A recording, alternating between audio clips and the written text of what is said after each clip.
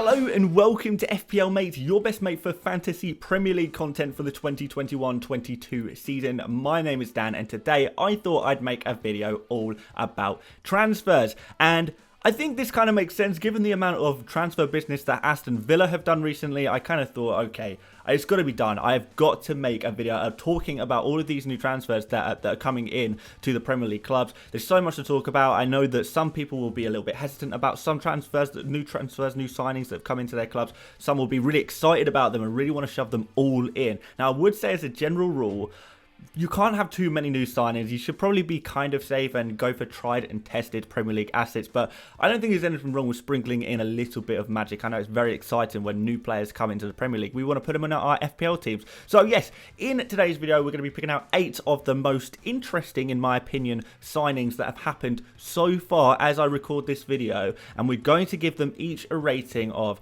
buy, avoid, or wait and see, and then we can just kind of see what kind of players that we might want to have in our team. So without further ado, guys, you've been waiting long enough. Let's start the video. Just like the video and subscribe as well. Yeah, do that. Okay, right, now we're actually going to start.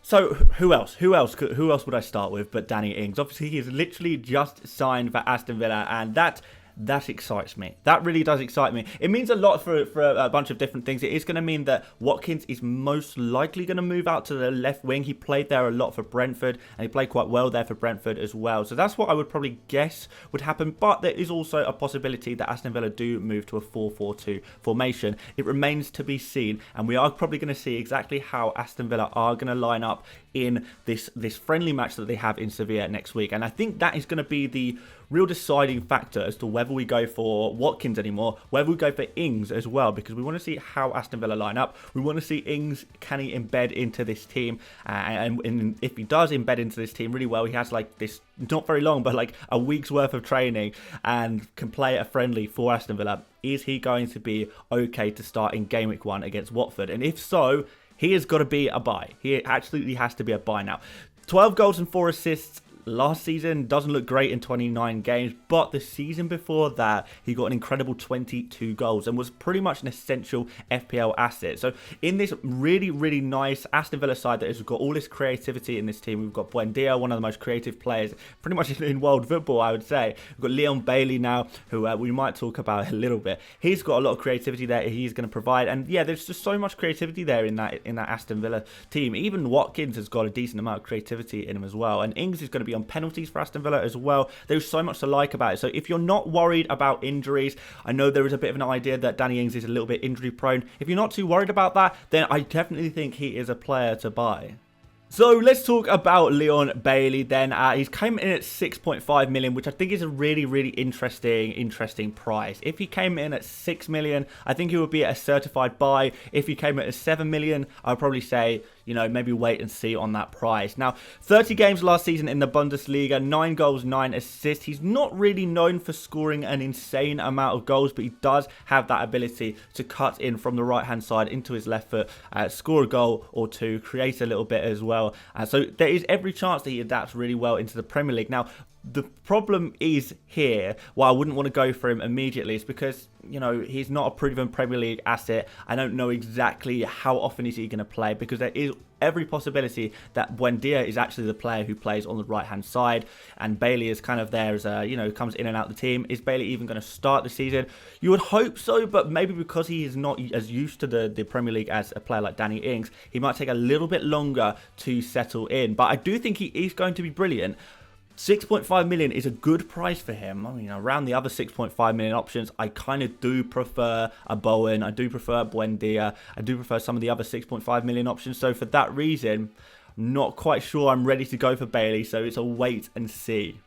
Okay, Ben White at Arsenal, 4.5 million, already a proven Premier League asset. He's had a couple of really good seasons, once in the Premier League, and then before that in the Championship with Leeds. He's done really, really well and proven himself as, you know, one of the best English defenders, really. Obviously, he did really well with Brighton because Brighton were very good at keeping clean sheets. Now, I'm going to upset people as I do every single time I mention Arsenal's defence, but This is so difficult because a lot of people have these real strong biases against Arsenal, and I understand that. Arsenal are a bit of a joke team, but at the end of the day, in terms of goals conceded, they had the third best record last season, and you kind of saw that Arsenal were growing and growing and becoming a fairly strong defence. Now, that kind of doesn't sit right with a lot of people. People think typically Arsenal, bad defence. Definitely cannot go for an Arsenal defender because they've got a bad defence.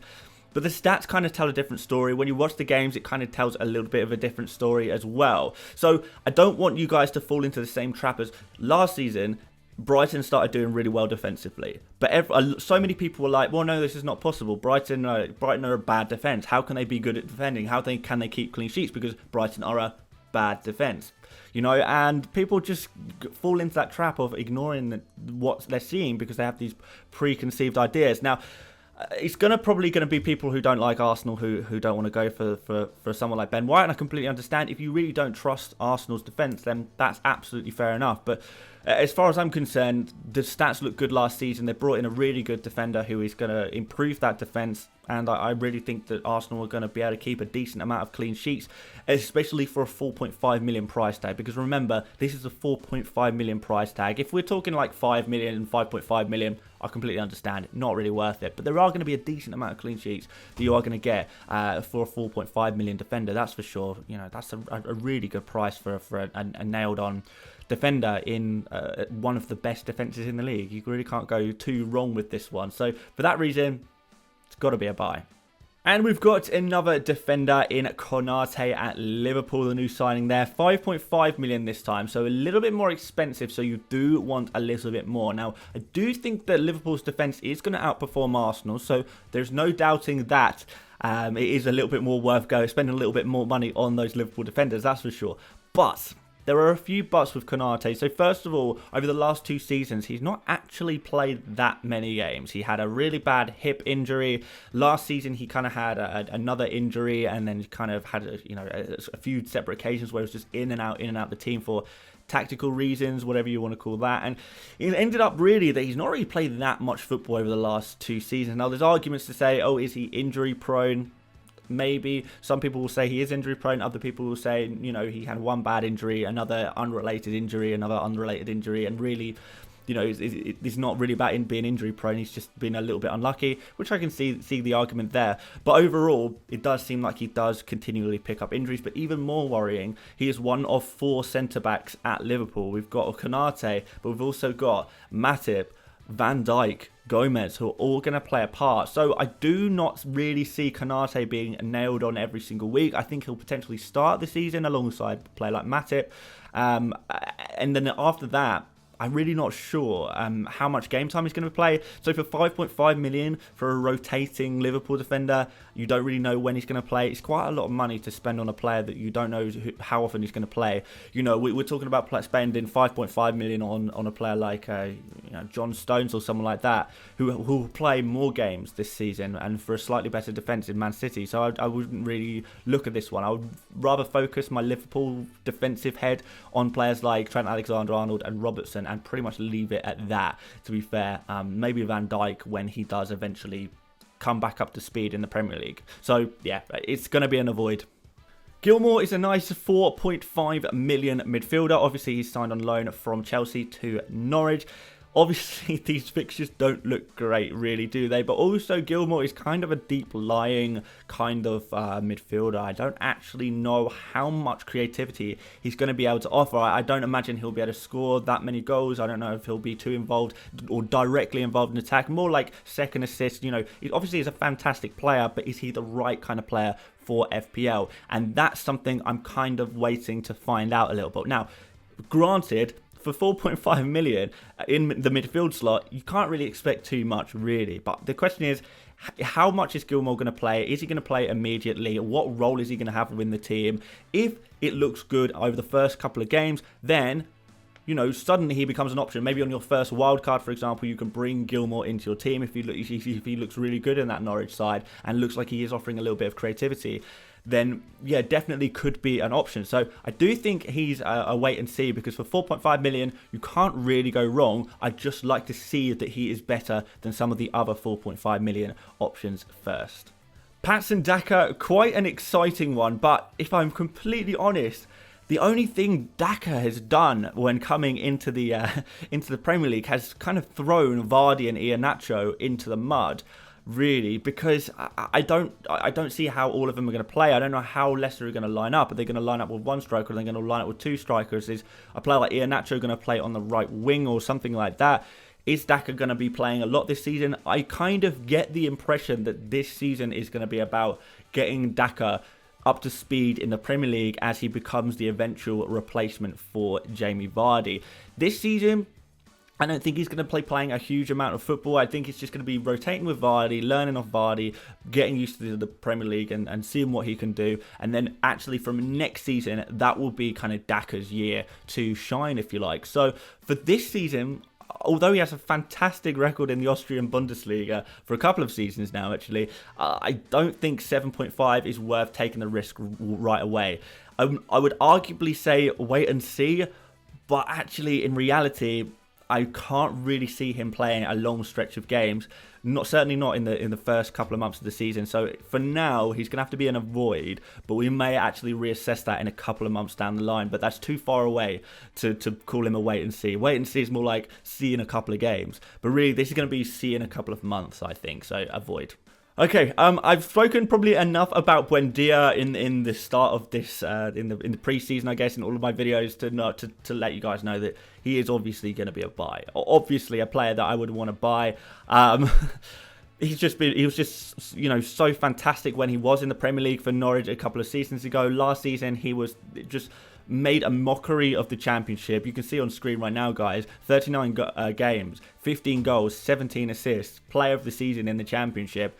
He's just too good for that league, and he is just, he's done really well in pre-season. He's just a deadly creative player, also going to be on some set pieces, also more than capable of scoring a goal. I really think he's just an absolutely fabulous football player. So for that reason, I just think you absolutely have to get him, particularly for these first three games: Watford, Newcastle and Brentford. So two promoted teams in that opening run of 3 games.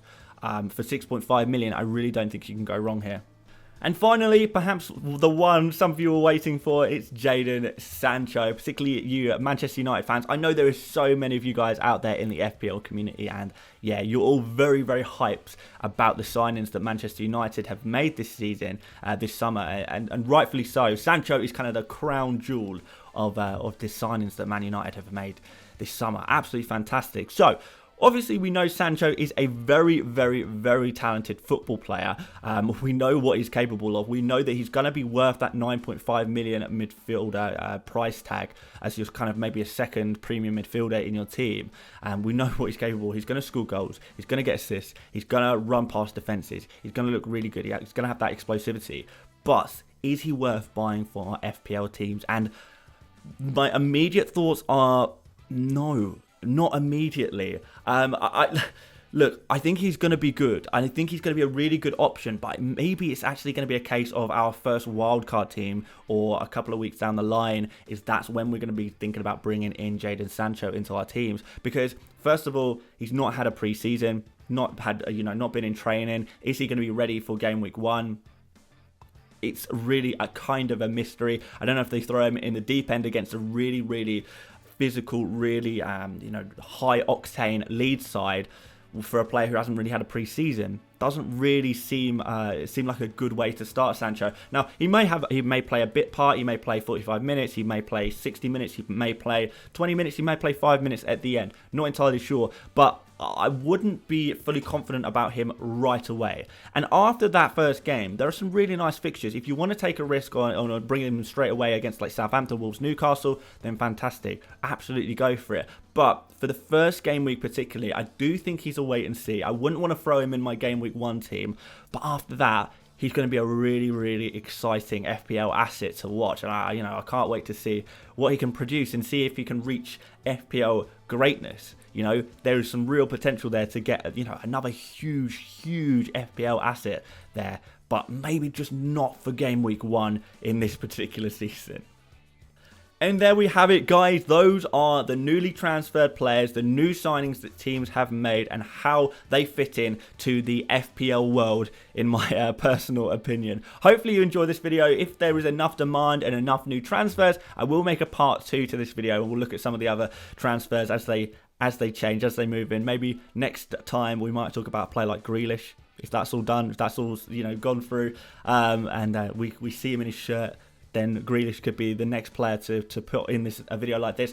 And maybe Kane, maybe Lukaku. Who knows at this point? Anything can happen between now and the end of the transfer window. But guys, if you like this video, please do leave a like. Please do subscribe if you want more FPL content. You want to get that advantage over your mates by having regular FPL content in your feeds, get these regular tips, then please do subscribe. You're not going to regret it, guys. But yeah, aside from that, thank you so much for watching, and I will see you on the next one. See you later, mates. Bye-bye.